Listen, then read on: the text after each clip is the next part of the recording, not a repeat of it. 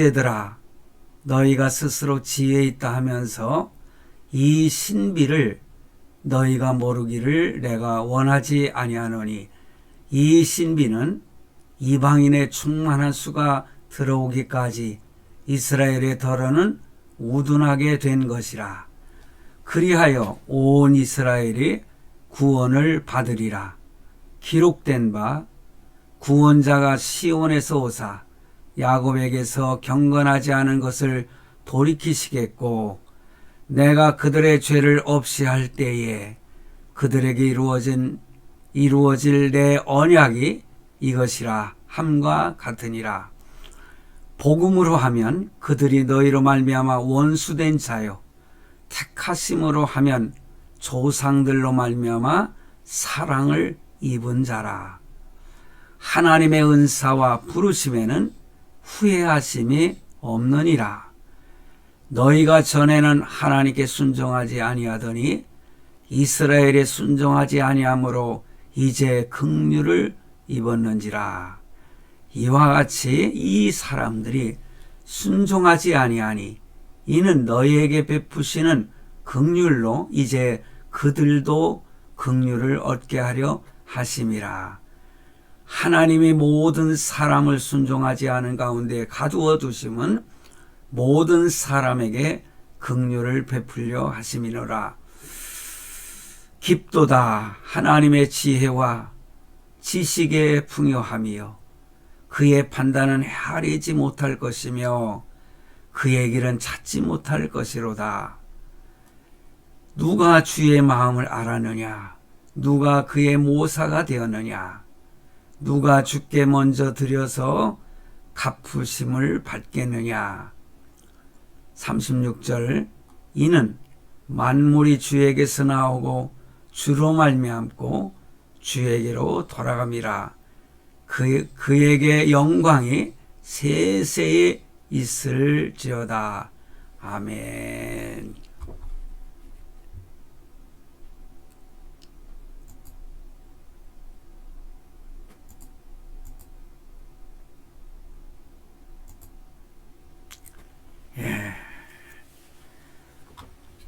오늘 본문 말씀 로마서 11장 25절로 36절 말씀을 중심해서 제가 제목을요, 유대인아 이렇게 잡았습니다. 이 제목을 여러분들 어떻게 느끼셨나요? 좀 탄식하는 그런 표현이죠. 유대인아. 제가 이렇게 탄식하는 제목을 잡고 저 자신도 참 유대인을 생각할 때에 탄식하는 마음이 생겼습니다. 유대인들이 생각할 때는 얼마나 탄식함이 크겠습니까? 글쎄요, 오늘 본문 말씀을 통해서 보면은 그 유대인의 탄식하는 소리가 들려야 됩니다. 제가 로마서를 설교하면서요, 9장, 10장, 그리고 오늘 11장 이렇게 설교를 하면서요, 유대인들에게 큰 관심을 갖게 됐습니다. 전에도 조금은 그런 마음이 있었지만은 특별히 로마서 9, 10, 11장 설교하면서 제가 그런 마음을 갖게 됐다는 거죠. 여러분, 9장에 있는 말씀을 보면은요, 여긴 나의 형제 곧 골육의 친척을 위하여 내 자신이 저주를 받아 그리스도에게서 끊어질지라도 원하는 바로라. 이게 9장 2절 말씀인데, 사도 바울이 자기 민족 골육을 생각하는, 그러니까 자기 가족을 생각하는 뜨거운 마음을 표현하고 있습니다. 그러니까 여기서는 유대인들을 가르쳐 말하고 있지 않습니까? 그리고 또 10장에 보면은요, 이런 말씀이 있어요. 형제들아, 내 마음에 원하는 바와 하나님께 구하는 바는 이스라엘을 위함이니 곧 그들로 구원을 받게 함이라. 이스라엘 백성들이 구원을 받기를 간절히 소원하는 그러한 내용의 말씀을 하고 있습니다. 그러면서 11장 말씀에 뭐라고 하고 있습니까? 그러므로 1절 내가 말하노니 하나님이 자기 백성을 버리셨느냐? 그러면서 그럴 수 없느니라.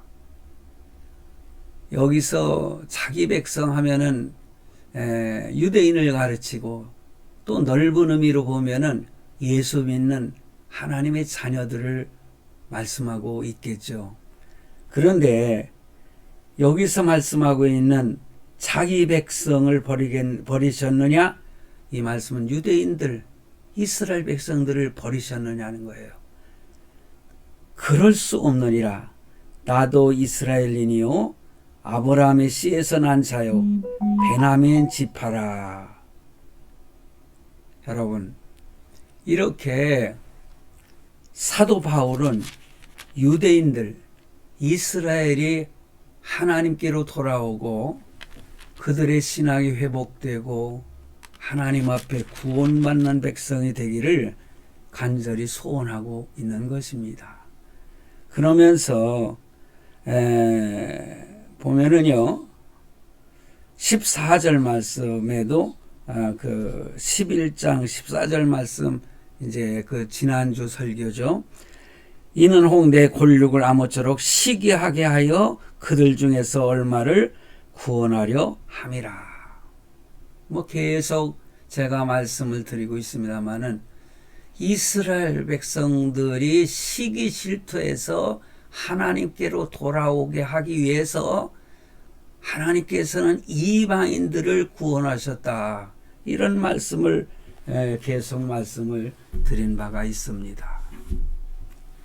그런 측면에서 오늘 본문의 말씀을 통해서 제가 설교할 때에 진정한 하나님의 비밀, 그리고 복음이 진정한 무엇을 의미하는가.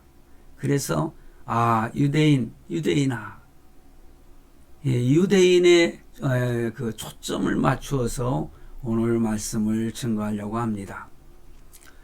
여러분, 복음은 비밀이죠. 그런데 이 복음이 왜 하나님의 비밀인가? 그 의미를 우리가 알아야 되지 않겠습니까? 우리가 분명히 알아야 될 게 있어요. 저도 이번에 계속해서 이 설교를 하면서요, 깨달은 바가 있습니다. 전에도 어느 정도 성경적으로 공부하면서 깨달은 바가 있었지만은 이렇게 절실하게 깨닫게 되는 것은 이번이 사실 처음인 것 같아요. 저는 어제 저녁에 설교를 마무리하면서요, 제가 이제 잠을 청하기 위해서 그 침대에 누웠을 때에 참 마음이요, 그렇게 설렐 수가 없더라고요. 새로운 것을 깊이 깨달았을 때에 마음에 떨려오는 그 설렘을 저는 어제 그것을 느꼈거든요. 그러면서 제가 중얼중얼했습니다. 복음이라고 하는 것은 유대인과 이방인의 그 미묘한 관계를 이해할 때에 많이 완성된 복음의 의미를 깨달을 수 있다. 그겁니다. 유대인과 이방인의 미묘한 관계입니다. 한마디로 유대인은 복음의 시작이고 복음의 마지막이다 라고 저는 결론을 내렸습니다. 저와 생각이 좀 다른 분들이 있겠습니다만은 제가 느끼고 깨달은 바는요, 복음이라고 하는 것은 유대인으로부터 시작이 되죠. 그리고 마지막에 유대인으로 마침표를 끊는다. 여러분, 유대인이 하나님께로 온전히 돌아오게 되면은 이 세상의 마지막이 됩니다. 예수 그리스도께서 재림하시는 시기가 된다. 그것입니다.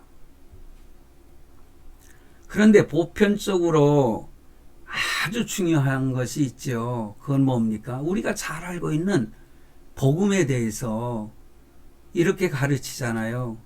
복음이란 좋은 소식이다. 굿뉴스라고 하지요.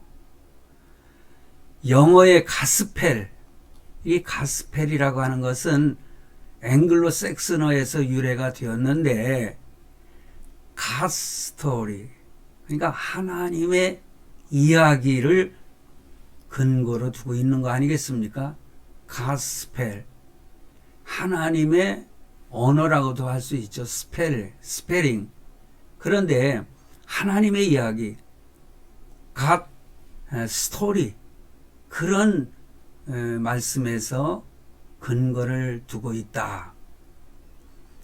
그런데 성경은 복음의 그 구체적인 내용을 소개하지 않습니까? 예수님께서 탄생하실 때 천사들이 그런 말을 했잖아요. 온 백성에게 미칠 큰 기쁨의 좋은 소식. 누가복음 20장 10절이죠. 예수께서 아기 예수로 이 땅에 오실 때 천사들은요 이렇게 찬양을 했습니다. 그런데 참 안타까운 것은 유대인들이, 이스라엘 백성들이 예수 그리스도를 거부했지 않습니까? 그리고 성경 로마서 3장 23절에 보면은 모든 사람이 죄를 범하였음에 하나님의 영광에 이르지 못하더니 그랬어요. 이 세상의 모든 사람은 다 하나님 앞에서 심판을 면할 수 없는 죄인이라는 거죠.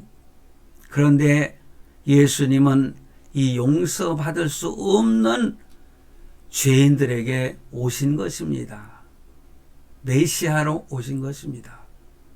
구원의 주님으로 오신 것입니다.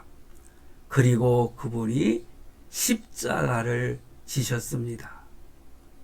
가슴이 아픈 일이죠. 그런데 왜 십자가를 지셨습니까? 이 죄인들을 위해서, 그 죄를 용서하시기 위해서 십자가에 죽으신 것입니다. 달리신 것이죠.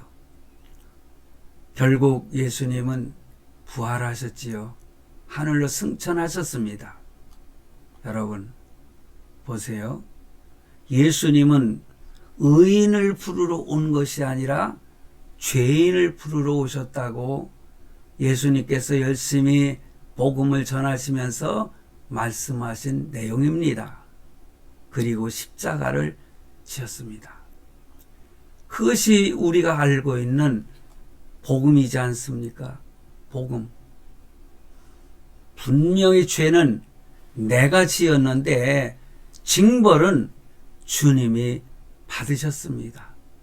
어린 양 예수께서 우리의 죄를 담당하시려고 이 땅에 오셨고 그 죄를 담당하셨다고 이사야서 53장에 잘 표현해 주고 있습니다. 그 결과 우리는 어떻게 되었습니까? 우리는 하나님의 자녀가 되고 천국 시민이 되었습니다. 그것이 복음의 핵심입니다. 자, 그런데 여러분, 오늘 본문 말씀, 참 깊이 있는 오늘 본문 말씀을 묵상하고 또 여러분들에게 전하고자 합니다. 로마서 9장, 제가 9장, 10장, 11장이라고 아까 말씀드렸잖아요. 9장에서 11장까지는 이 복음의 어쩌면은 그 흐름의 핵심이 뭔가, 복음이 진정한 핵심이 뭔가, 이것을 우리에게 말씀하고 있습니다. 바로 그것은 유대인을 향한 하나님의 섭리라고 이렇게 말씀하고 있죠. 유대인이 넘어짐으로, 예수 그리스도를 거부하고 그들이 불순종함으로 넘어짐으로 이방인에게 복음이 전파되었다 말씀하셨잖아요. 그렇지만 이것이 중요해요. 원관이 하나님의 뜻입니다. 유대인을 향한 하나님의 관심은 여전히 있다고 말씀하고 있어요. 유대인을 버린 것이 아니라는 거죠. 그들이 넘어졌지만은 하나님은 유대인을 버리지 아니하셨다. 그리고 계속해서 유대인을 향한 하나님의 관심이 지속되고 있었다는 거죠. 계속 지속될 것입니다. 사실 여러분, 이방인의 구원과 유대인의 구원은요, 깊은 관련이 있지 않습니까? 왜냐하면 이방인의 구원으로 늘 지난주에도 말씀드렸듯이 유대인이 식인하게 되어서 결국은 유대인도 구원받게 하려는 것이 하나님의 섭리라는 거죠.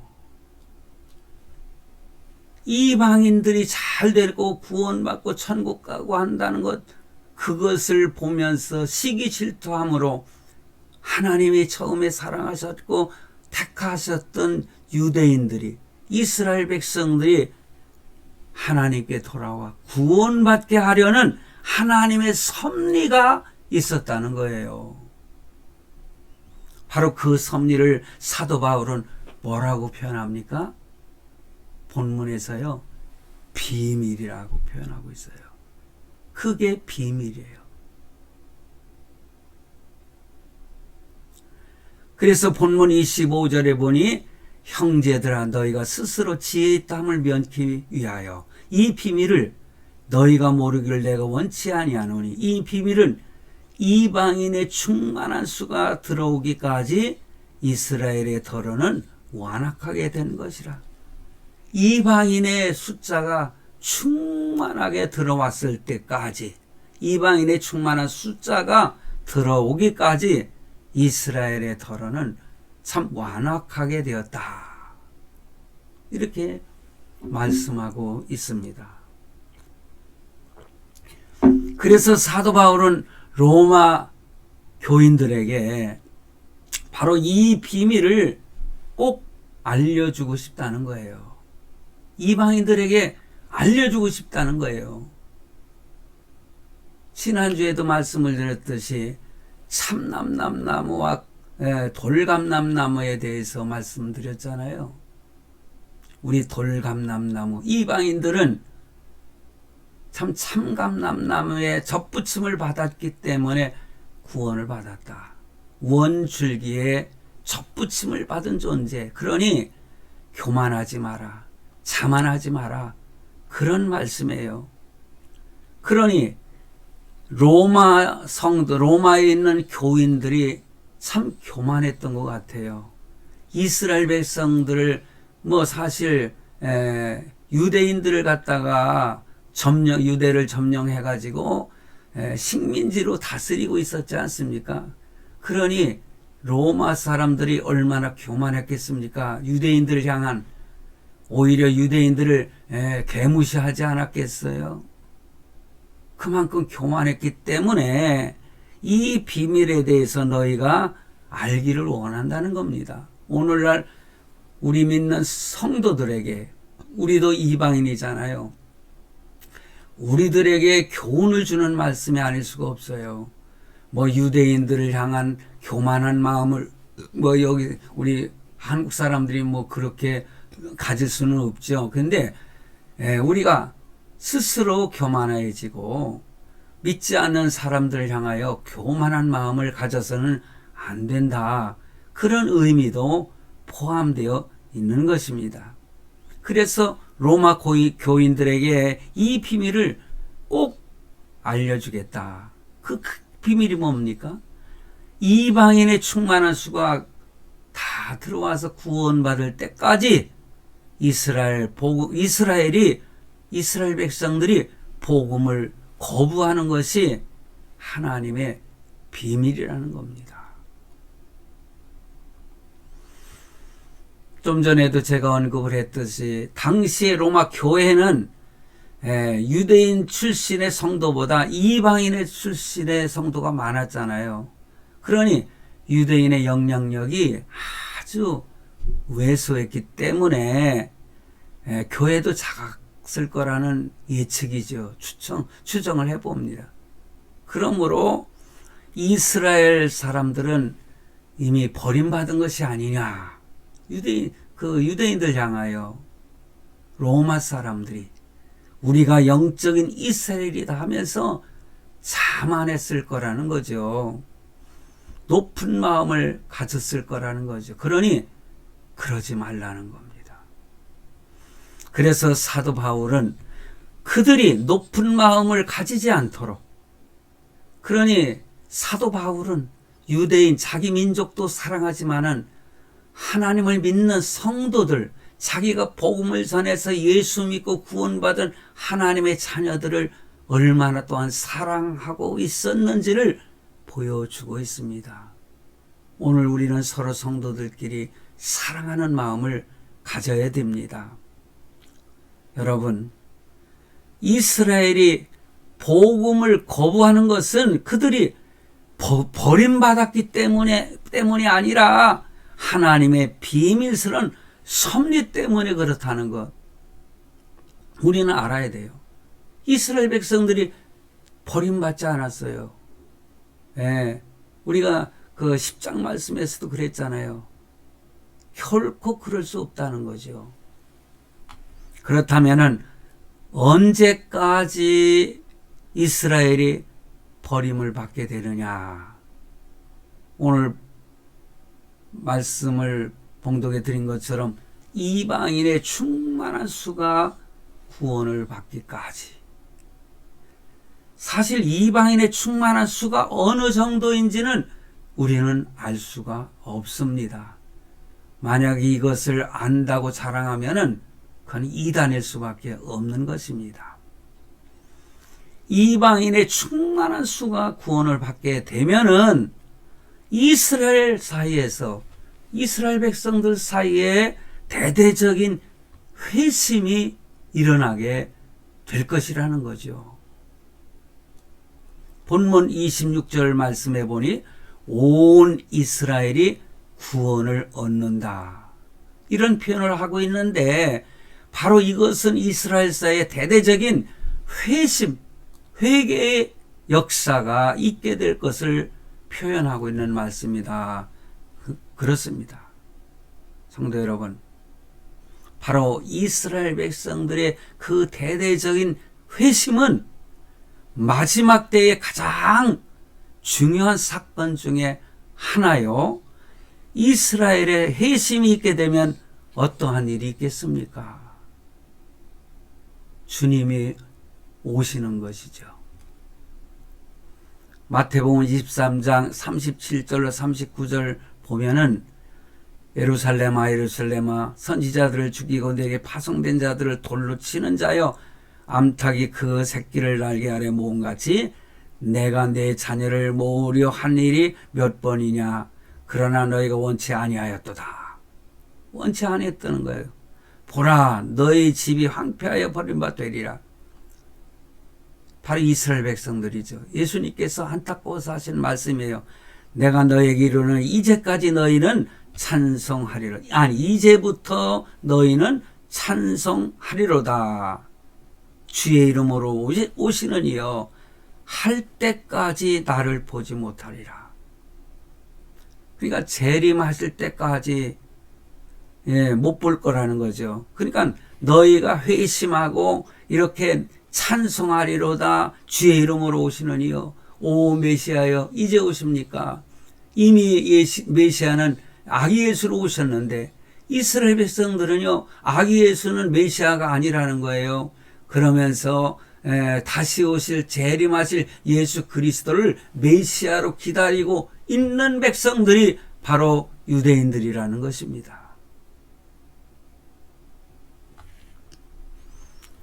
그래서 이 구절 말씀, 마태복음 23장 37절로 39절 말씀의 37절은 뭐냐?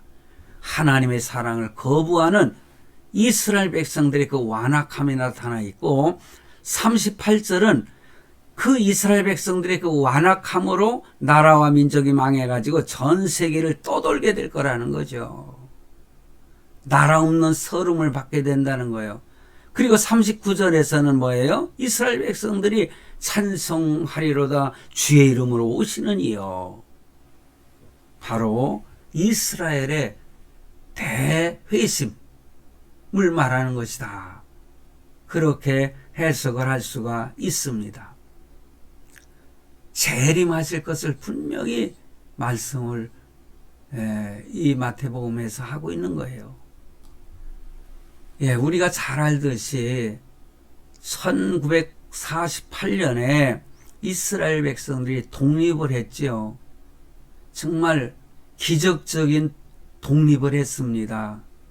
2000년 가까이, 1900년 이상 2000년 가까이 나라를 잃고 흩어져서 그 흩어진 민족으로 참 이 나라 저 나라 전전하던 그 이스라엘 백성들이 건국을 한 것입니다. 이스라엘이 다시 나라를 이루었다는 거죠. 지금 나라를 건설한 이스라엘 백성들이 주변의 그 국가들로부터 많은 공격을 처음에 받았었잖아요. 이슬람 국가들로 인해서 회교국가라고도 말하죠. 얼마나 공격을 받았습니까? 그러나 지금까지 든든하게 그 나라를 지키고 있습니다. 근데 얼마 전에 우리가 잘 알듯이 하마스라고 하는 모슬렘 지도자가 이스라엘 백성들을 죽임으로 인해서 전쟁이 다시 벌어지고 있고, 지금 대대적인 전쟁 속에서 많은 사람들이 희생되고 있는데, 우리는 유대인들 전쟁 속에서 이스라엘 백성들을 참 바라보는, 그리고 우리 믿는 성도들이 어떤 마음으로 유대인들을 바라봐야 될 것인가, 그들이 어떠한 상태로 변화를 가져오고 있는가, 우리는 그것을 관심을 가져야 되는 것입니다. 나라를 그들이 형성한 것은요, 필연적인 것이에요. 왜 그런지 아십니까? 그 나라가 대대적인 회심의 역사가 일어날 수 있는 하나의 모체가 될 수 있기 때문에 그런 것입니다. 그냥 흩어져 있다면은 흩어져 있는 곳에서 회개가 일어나는 그런 일들이 혹시 있다 하더라도 어떻게 하나가 될 수가 있겠습니까? 한 나라로 형성이 됐을 때에 대대적인 회심의 역사가 일어나지 않겠습니까? 그때가 바로 마지막 때에 우리가 종말론을 공부하다 보면 그 마지막 때에 일어날 사건들에 대해서 말하고 있죠. 거의 내용들이 이스라엘 백성들, 유대인의 변화와 유대인들이 어떤 일을 이루느냐, 성전을 건축한다거나 하는 이러한 사건들이 벌어졌을 때에 세상의 마지막이 온다고 분명히 성경은 우리에게 말씀하고 있지 않습니까? 이러한 사건들을 보면서 여러분, 이것이 하나님의 비밀이라는 것입니다. 그러므로 우리는 여러분, 다시 말씀드리지만은 이스라엘을 중심으로 펼쳐지는 엄청난 세계 역사와 하나님의 놀라운 섭리를 생각하면은 그 모든 것이 영적인 비밀이라고 하지 않을 수 없는 것입니다. 오늘 본문 33절에 깊도다 하나님의 지혜와 지식에 부요하며 우리 인간의 지혜로는 깨달을 수가 없는 것입니다. 그의 판단은 측량지 못할 것이며 그의 길은 찾지 못할 것이로다. 하나님의 지혜가 얼마나 놀라운지를 말씀하고, 그런데 그 비밀을 우리에게 성경을 통해서 가르쳐주고 깨닫게 하셨지 않습니까? 그러므로 우리는 하나님의 비밀을 맡은 자입니다. 그런데 하나님의 이 비밀을 맡은 자가 자기만 가지고 있어서 되겠습니까? 비밀을 맡은 자는 어떻게 해야 되겠습니까? 나누어야 되는 것입니다. 이 비밀을 알지 못하는 사람들에게 이 비밀을 전하여 깨닫게 해야 된다는 거죠. 그러므로 오늘 본문을 통해서도 우리가 깨닫는 것은 사람의 지혜를 신뢰해서는 안 된다는 거 우리는 알아야 돼요.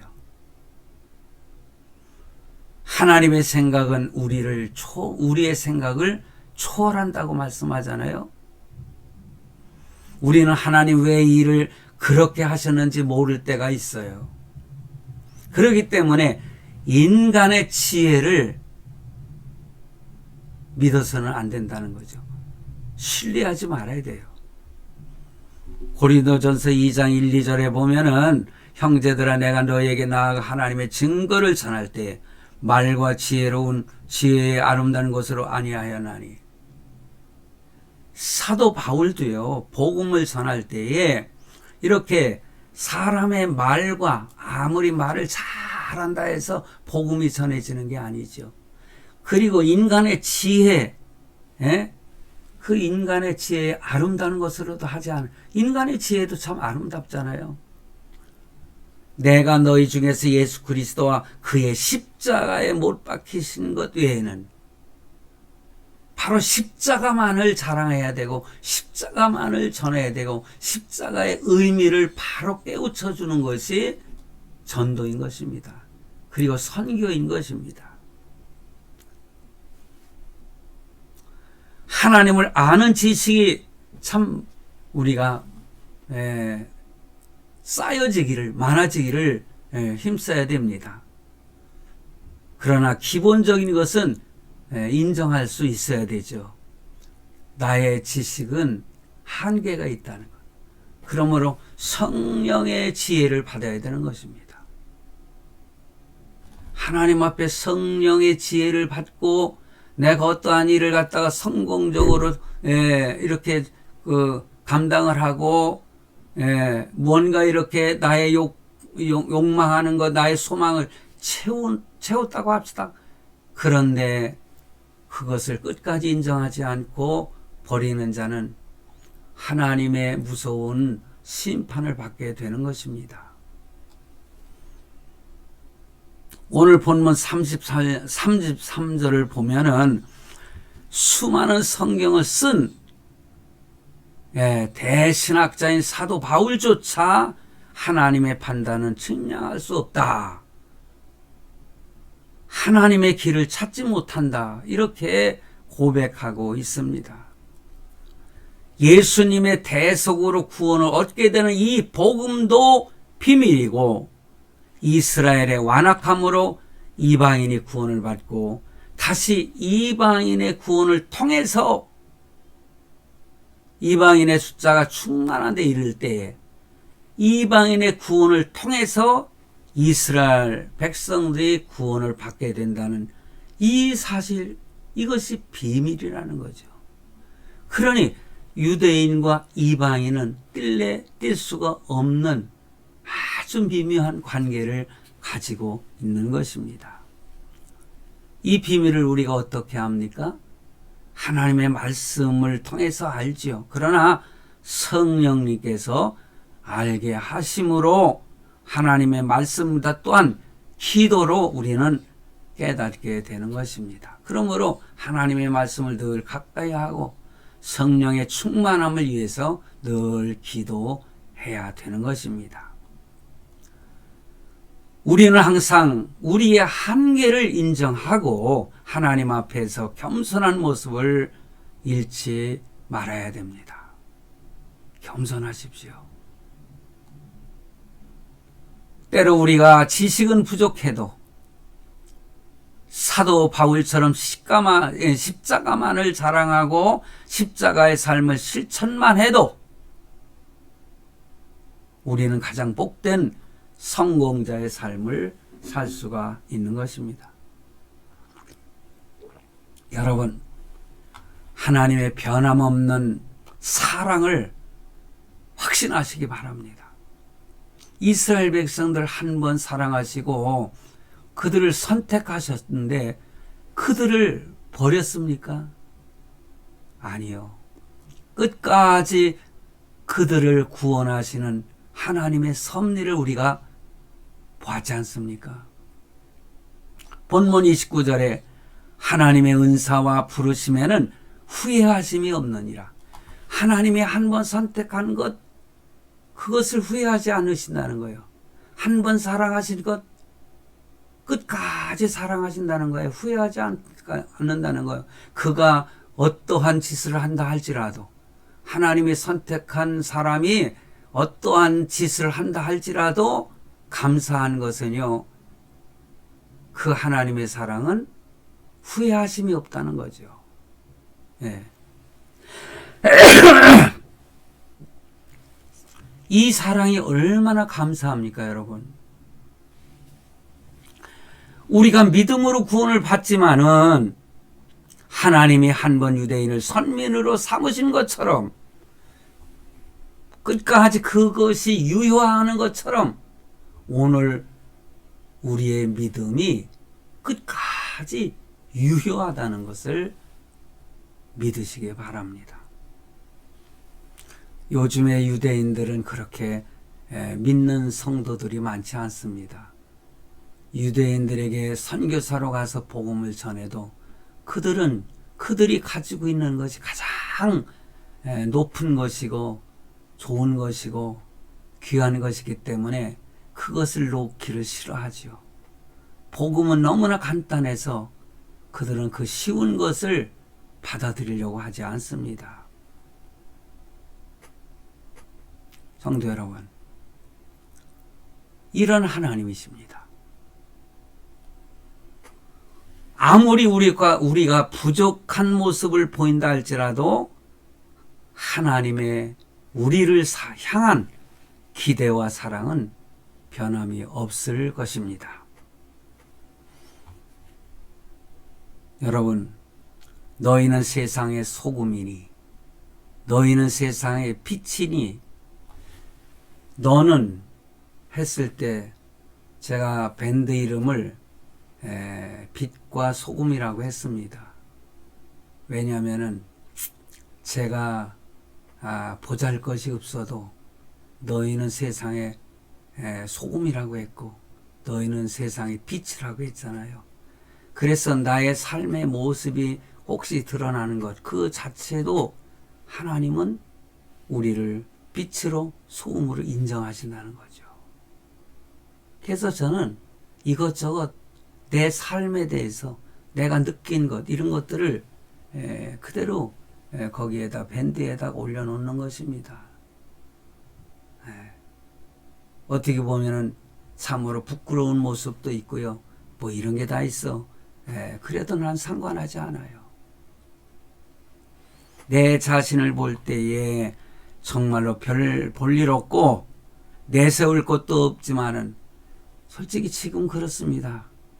저는 가진 것도 없고 참 뭐 평생을 살아왔으면서 열심히 공부한다고 했지만은 하나님 앞에 부끄러운 지혜밖에 더 있겠습니까? 그렇게 내세울 것이 별로 없는 저 자신이지만은 하나님은 그렇게 보지 아니하신다는 것. 이것이 나의 기쁨이고 소망인 것입니다. 하나님은 우리를 향해서 세상의 소금과 빛이라고 그랬죠. 뭐 빛이 될 가능성이 있다는 둥, 아니면 뭐 의무가 있다는 둥, 그리고 제자들을 향해서 예수님께서 일부분만이 무슨 소금이요 빛이요 이렇게 말씀하지 아니하셨죠. 그들 제자들 향해서 오늘 우리를 향해서 너희는 세상의 소금과 빛이다 말씀하셨습니다. 그러므로 우리는 내가 부족하고 별 볼 일 없는 존재라 할지라도 너무 소심하게 살지 마십시오. 당당하게 사십시오. 나는 세상의 소금이다. 난 세상의 빛이다. 내가 세상을 어두움을 비치는 거야. 내가 썩어가는 세상에 뭐라고 합니까? 썩지 않도록 하는 거. 그런 소금이라 이거예요. 방부제 역할을 해야지. 내가 자그마한 행동 하나 그것으로도 빛이 될 수 있고 소금이 될 수 있어요. 그러므로 우리는 소심하게 살지 말고, 왜냐? 하나님은 나를 사랑하시고 나를 구원하신 것을 후회하심이 없다고 분명히 말씀하고 있습니다. 참 마지막으로 우리가 생각할 수 있는 것은요, 유대인들을 위해서 기도해야 되고 유대인들을 위해서 선교해야 되겠다는 그런 마음의 자세를 갖고 살아간다면은 이스라엘 백성들을 통해서 놀라운 세계 역사가 전개될 줄로 믿습니다. 기도하시겠습니다.